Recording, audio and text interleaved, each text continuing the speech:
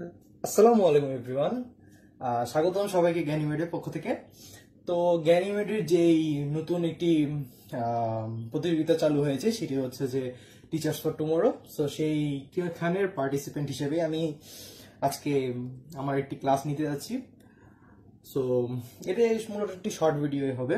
তো শর্ট ভিডিওটা মূলত হবে হচ্ছে শ্রোডিঙ্গার সমীকরণ নিয়ে। শ্রোডিঙ্গার বলে অনেকে, অনেকে শ্রোডিঞ্জার বলে। That's all right. হ্যাঁ, এটা নিয়ে প্যারানোর কিছু নেই আর কি।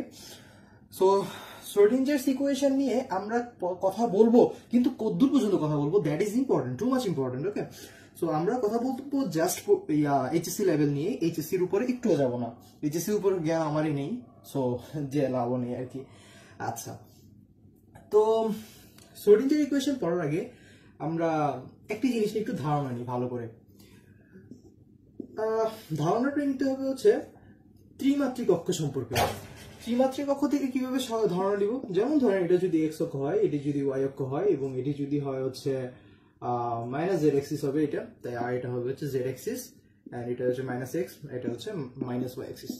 আচ্ছা, এটা হচ্ছে ত্রিমাত্রিক অক্ষ, ঠিক আছে। আমরা জানি ত্রিমাত্রিক অক্ষ ভিতরে এগুলা মাইনাস দিকটা বিবেচনা আপাতত না করি, দরকার নেই আর কি। যদিও মাইনাস পয়েন্টটা লাগে আর কি এই সূত্রের ক্ষেত্রে। আমরা জাস্ট বিবেচনা করতেছি এটা কিরকম। ঘরের একটা কোণার ভিতরে চিন্তা করেন, ঘরের একটি কোণা আছে এখানে। তো কোণা থেকে আমরা যদি জাস্ট বাইরের লুকটা দেখি, সো আপনি এখান থেকে যে কোনো একটা জায়গায় পয়েন্টকে তো চিহ্নিত করতেই পারবেন। সো 3D ব্যাপারটা হচ্ছে 3D আর কি, 3 ডাইমেনশন। ওকে, সো এটা আসলে জেনারেল একটা ব্যবস্থা, জেনারেল একটি ব্যবস্থা আমরা সাধারণ চোখে যেটা দেখি। তো এই জায়গা থেকে বা মেইন পয়েন্ট থেকে, রেফারেন্স ফ্রেম থেকে আমি জাস্ট একটা বিন্দু বা একটা অবজেক্টকে আমি জাস্ট চিহ্নিত করতেছি। সো সেই হিসেবগুলোই এখানে করা হইতেছে আর কি। তো এটা একটা ফ্রেম হিসেবে ধরে নেওয়া যায় আর কি, 3D ফ্রেম। হ্যাঁ, সো 3D ফ্রেমে ইলেকট্রন গুলো যখন আমরা যদি ধরি যে কিছু ইলেকট্রন ঘোরাফেরা করতেছে একটি অরবিটালের মধ্যে, হ্যাঁ, তো এই অরবিটালের মধ্যে এই যে এটা যদি আমি ধরি হচ্ছে অরবিটাল, তো অরবিটালে ইলেকট্রন ঘোরাফেরা করতেছে। আমি জিনিসটা কিভাবে দেখবো? যেমন যদি বলি যে এটা একটা অরবিটাল আর এখানে একটা ইলেকট্রন আছে, এই যে একটা ইলেকট্রন, তো ইলেকট্রনটা এমনি এমনি ঘুরতেছে, এমনি এমনি ঘুরতেছে প্রতি সময়ে, মানে প্রতি সেকেন্ডে ও ঘুরতেছে, ও এক জায়গা থেকে আরেক জায়গায় ওর স্থান পরিবর্তন হচ্ছে, তাই স্থান পরিবর্তনশীল। তার মানে আমি জাস্ট এটা বলতে পারি যে ওর অবস্থানটা কিন্তু নির্দিষ্ট নয়। তাহলে ওর অবস্থানটা ঘুরতেছে বা চলতেছে, হোয়াট এভার। তো ইলেকট্রন গুলা মূলত সাধারণত আমরা দেখি যে তরঙ্গ আকারে চলে। তরঙ্গটা যদিও সাইন ওয়েভ না, অন্য একটা ধরনের তরঙ্গ, কিন্তু তরঙ্গ। হ্যাঁ, আমি যে সাইন ওয়েভ দিয়ে বোঝানোর চেষ্টা করলাম যে তরঙ্গ, তরঙ্গ খালি সাইন ওয়েভ হয় না, তরঙ্গ অনেক রকমের হইতে পারে আর কি। আচ্ছা, তো ইলেকট্রনটা ধরে নিচ্ছি যে এভাবে এভাবে এভাবে এভাবে নড়ে। তো আমি তো জাস্ট এটা থ্রি ডাইমেনশনের ভিতরে দেখবো, তাই না? এই যে এটা যে খালি দুই অক্ষের মধ্যে নাড়াচাড়া করবে তেমন তো না, 3 অক্ষের ভিতরে নাড়াচাড়া করতে পারে।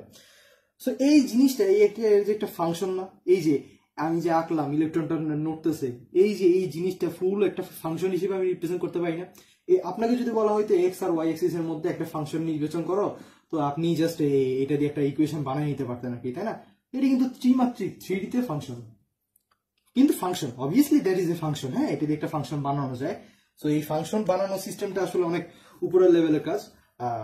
এটা নিয়ে আমাদের কোনো কথাবার্তা হবে না।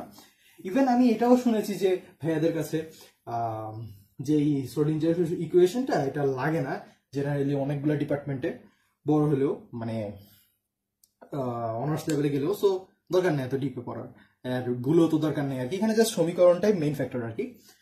আচ্ছা, তো থ্রি ডাইমেনশনে যখন আমি একটা সমীকরণ লিখবো বা একটা জিনিসের গ্রাফকে নির্বাচন করব, তখন দেখা যাবে যে আই অক্ষ বরাবর একটা সমীকরণটা কাজ করে, যে ওয়াই অক্ষ বরাবর বা যেটা দ্বারা আমরা রিপ্রেজেন্ট করি আর কি ওয়াই অক্ষকে, সেটার উপরে ডিপেন্ড করে কে।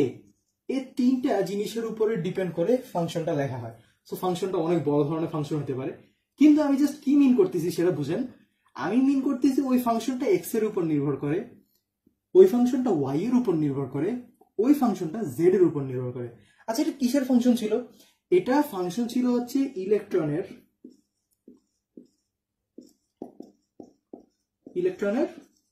গতিপথের ফাংশন।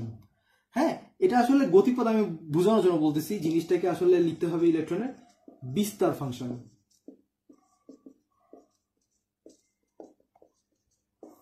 ইলেকট্রনের বিস্তার ফাংশন, আর সহজ বাংলায় যদি বলতে চাই ওই ইলেকট্রনের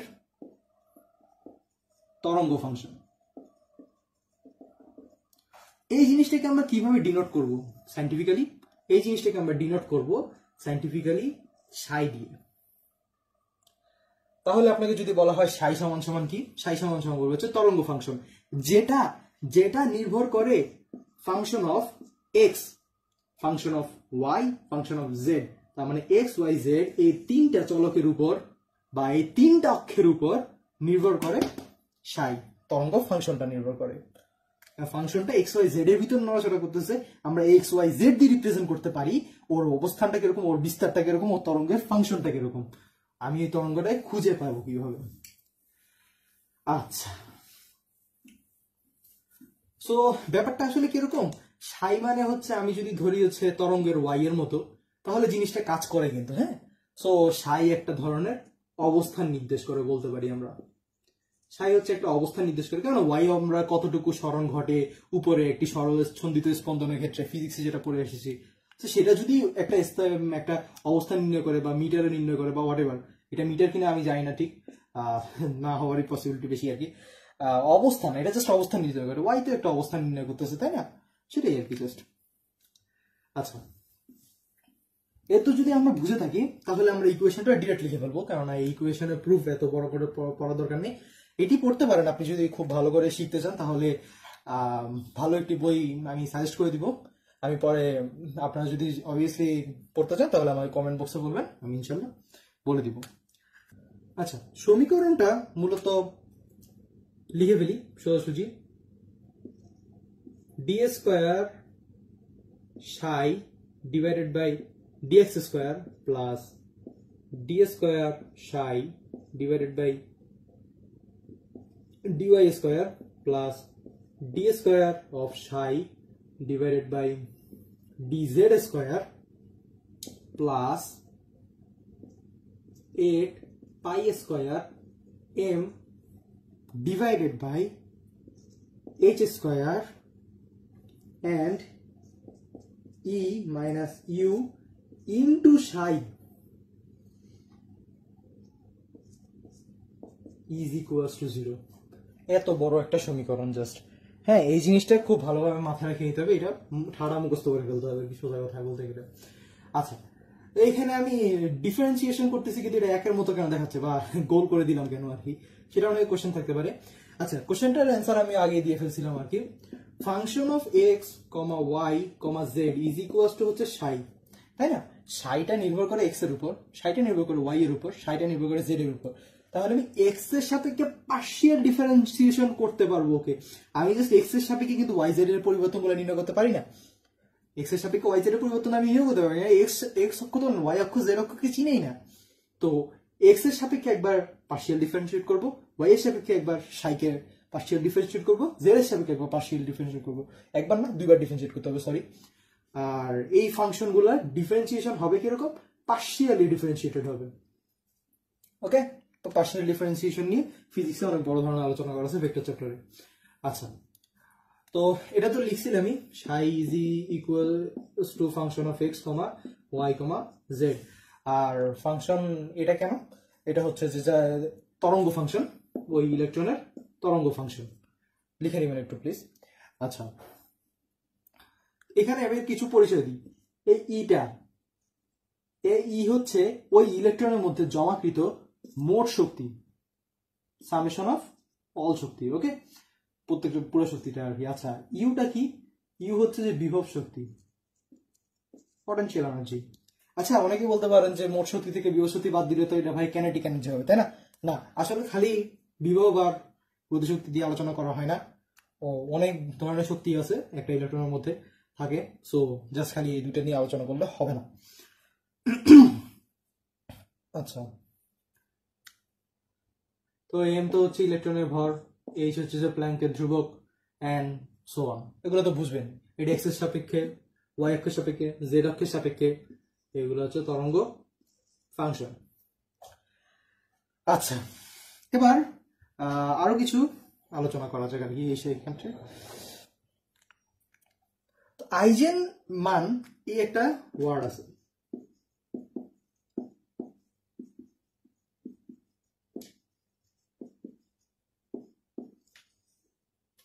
এটা নিয়ে আমরা একটু আলোচনা করবো, আইজেন মান।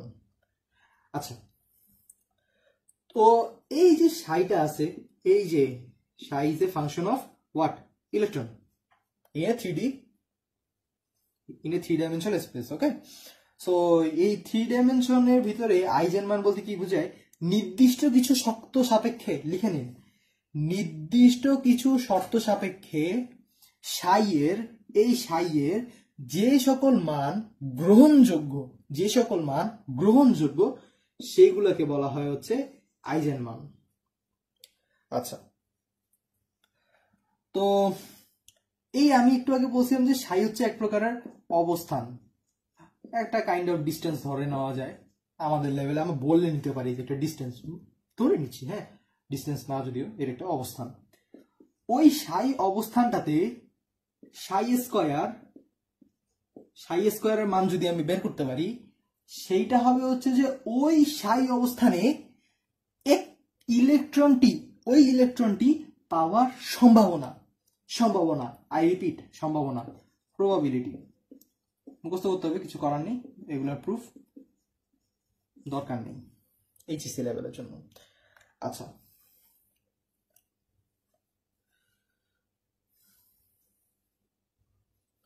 তারপরে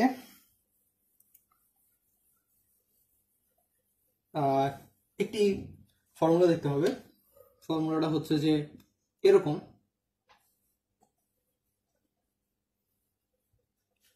ইন্টিগ্রেশন অফ 0 থেকে ইনফিনিটি পর্যন্ত সাই স্কয়ারকে আমি যদি,